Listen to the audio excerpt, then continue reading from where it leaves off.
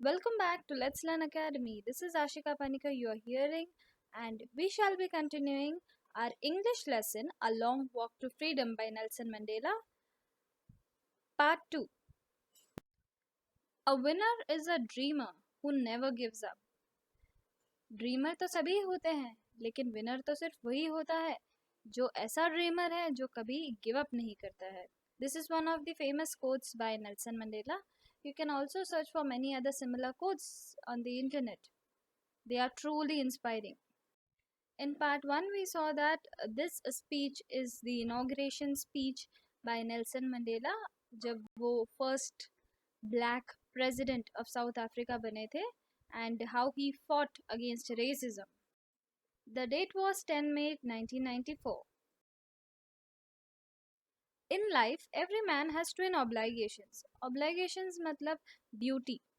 हर इंसान के लाइफ में, हर मैन के लाइफ में दो ड्यूटीज होती है और वो है obligations to his family, to his parents, to his wife and children, मतलब उसकी फैमिली की देखभाल करना, और दूसरी and he has an obligation to his people, his community, his country. दूसरी जो ड्यूटी है वो उसके लोगों के लिए, उसकी कम्युनिटी के लिए, उसकी सोसाइटी के लिए, उसकी कंट्री के लिए होती है. But in a country like South Africa, it was almost impossible for a man of my birth and color.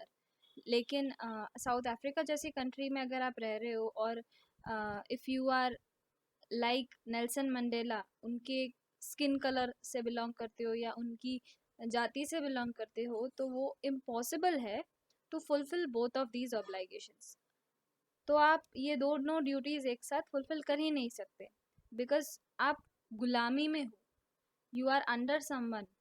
आप अपनी फैमिली की देखभाल करेंगे तो आप अपने देश को आगे नहीं बढ़ा पाएंगे, और अगर आप देश की चिंता रखेंगे तो शायद आप अपनी फैमिली को नहीं देख पाएंगे. In South Africa a man of colour, यहाँ पे a man of colour directly लिखा है but here it means a man of black skin colour. A man of colour who attempted to live as a human being was punished and isolated. अगर South Africa में कोई भी इंसान एक normal life, human being का normal life जीना चाहता हो तो उसे पनिश किया जाता था, आइसोलेट किया जाता था. In South Africa a man who tried to fulfil his duty to his people was inevitably ripped from his family and his home and was forced to live a life apart, a twilight existence of secrecy and rebellion. अगर कोई इंसान, कोई man south Africa में कोशिश करता कि वो अपनी फैमिली के तरफ अपनी सारी ड्यूटीज़ करे, यानी कि अपनी फैमिली की देखभाल करे या अपनी देश की सेवा करे बेसिकली, तो उसे इनएविटेबली रिप्ड, इनएविटेबली मीन्स अनअवॉइडेबली, उसे अपनी फैमिली से दूर रहना पड़ता था, उसके घर से दूर रहना पड़ता था अगर वो देश की सेवा करना चाहता हो, देश से डिस्क्रिमिनेशन हटाना चाहता हो. उसकी ज़िंदगी ही एक सीक्रेसी यानी एक सीक्रेट लाइफ बन जाती, रिबेलियन, लड़ाई झगड़े वाली बन जाती, और वो अपनी फैमिली को बिल्कुल नहीं देख पाता जबकि वो चाहता है अपनी फैमिली के साथ खुशी से रहना. I was not born with a hunger to be free. मैं पैदाइशी कोई फ्री होने की चाह से नहीं बड़ा हुआ था, और ये रीज़न क्या है वो भी देखते हैं.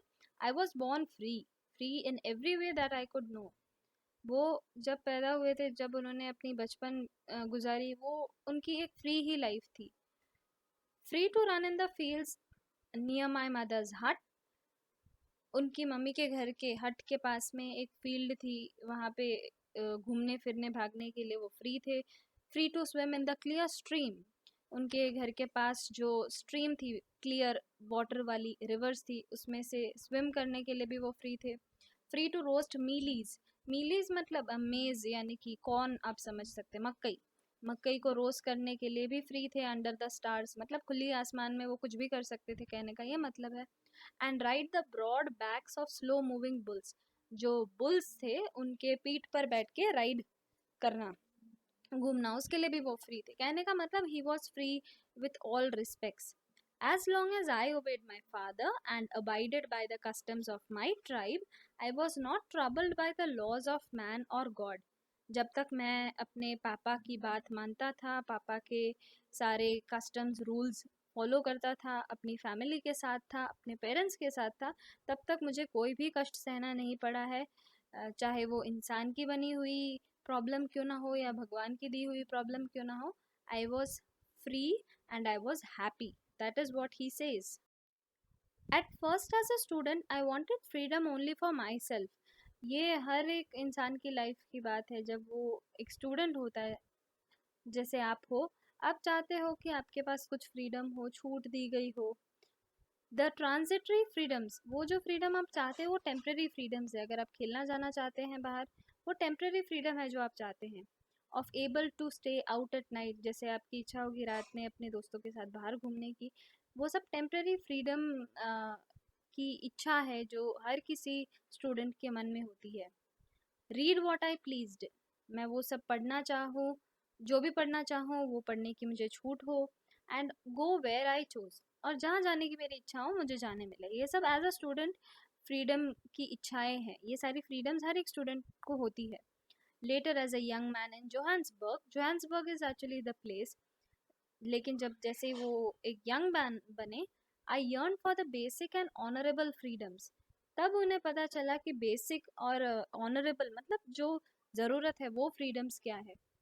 And that was of achieving my potential, मतलब मैं मेरी लाइफ में क्या करना चाहता हूँ उसके लिए मुझे क्या फ्रीडम्स चाहिए वो। ऑफ अर्निंग माय कीप, मतलब मैं कोई अच्छी जॉब पाऊँ, उससे मैं पैसे कमाऊँ। Of marrying and having a family, obviously to marry someone, एक फैमिली बनाना बसाना। The freedom not to be obstructed in a lawful life, अगर एक नॉर्मल लॉफुल लाइफ मतलब जो लॉ के अकॉर्डिंग हो, एक नॉर्मल लाइफ हो, तो उसमें ये सारी फ्रीडम ऑब्स्ट्रक्ट नहीं की जानी है, मतलब रुकावटें नहीं आनी चाहिए इस लाइफ में। ऑब्वियसली नेचुरल प्रॉब्लम्स तो होगी, कुछ ना कुछ, आपकी लाइफ स्मूथ एंड इजी तो नहीं हो सकती, लेकिन कोई आप पे रोक नहीं लगा सकता कि ये जो बेसिक फ्रीडम है वो आपको मिलेगी ही नहीं। But then I slowly saw that not only was I not free, but my brothers sisters were not free. उन्होंने देखा कि सब चल तो रहा है लेकिन कुछ तो गलत हो रहा है, ना ही मैं फ्री हूँ ना ही मेरे भाई बहन फ्री है। I saw that it was not just my freedom that was cartel, cartel का मतलब होता है कम होना, मेरी ही फ्रीडम नहीं है जो कम होती जा रही है, but the freedom of every one who looked like I did, लेकिन वो सारे लोग जो मेरे तरह दिखते हैं, यानी कि ब्लैक स्किन्ड जो लोग हैं, उन सभी की फ्रीडम छीन ली जा रही है। That is when I joined the African National Congress, and that is when the hunger for my own freedom became the greater hunger for the freedom of my people. और ये प्रॉब्लम जब उन्होंने देखी तब उन्होंने सोचा कि उन्हें national Congress, African national Congress join करना चाहिए। ही ऑल्सो ज्वाइंड इट, और तब उनकी जो हंगर फॉर ओन फ्रीडम थी वो बदली hunger for the freedom of their people. It was this desire for the freedom of my people to live their lives with dignity and self respect that animated my life, that transformed a frightened young man into a bold one. ये जो इच्छा थी freedom पाने की, वही reason थी जो जिसने एक डरे हुए young man, frightened young man को एक बोल्ड इंसान बनाया। That drove a law abiding attorney to become a criminal, that turned a family loving husband into a man without home, that forced a life loving man to live like a monk। और यही reason के वजह से उनकी जो इच्छा थी कि वो फ्रीडम ला दे, दिलाए लोगों को, इसी के वजह से उन्हें एक क्रिमिनल बनना पड़ा। Criminal, drove a law abiding attorney to become a criminal का क्या मतलब होता है, वो एक लॉ अबाइडिंग यानी कि लॉ फॉलो करने वाले अटॉर्नी एक नॉर्मल सिटीजन ही थे, लेकिन वो एक क्रिमिनल बन गए थे। क्रिमिनल कैसे? क्योंकि वो गवर्नमेंट के खिलाफ बोलते थे। गवर्नमेंट वाइट्स की थी पहले, जो अन्याय करती थी, और उन्होंने इसके खिलाफ आवाज़ उठाई थी, जिसकी वजह से वो एक क्रिमिनल बन के जेल में पड़े थे। That turned a family loving husband into a man without a home। वो एक फैमिली लविंग अच्छे हस्बैंड थे, लेकिन अब वो एक ऐसे इंसान हो चुके थे जो कि बेघर थे। That force the life loving man to live like a monk, जिसने एक लाइफ लविंग मैन मतलब जो इंसान खुल के अपनी ज़िंदगी जीना चाहता हो, सब मज़े करना चाहता हो, उसको एक मॉन्क यानी एक साधु संत की ज़िंदगी दे दी थी जेल में। ये वो अपनी खुद की बात कर रहे हैं जब वो जेल में रहे थे 30 साल। फ्रीडम इज इंडिविजिबल, फ्रीडम को हम डिवाइड नहीं कर सकते। The chains on any one of my people were the chains on all of them. किसी के ऊपर भी अगर कोई भी रोक टोक की जाएगी तो वो किसी एक इंसान के ऊपर नहीं है, वो सभी इंसानों पर है। The chains on all of my people were the chains on me.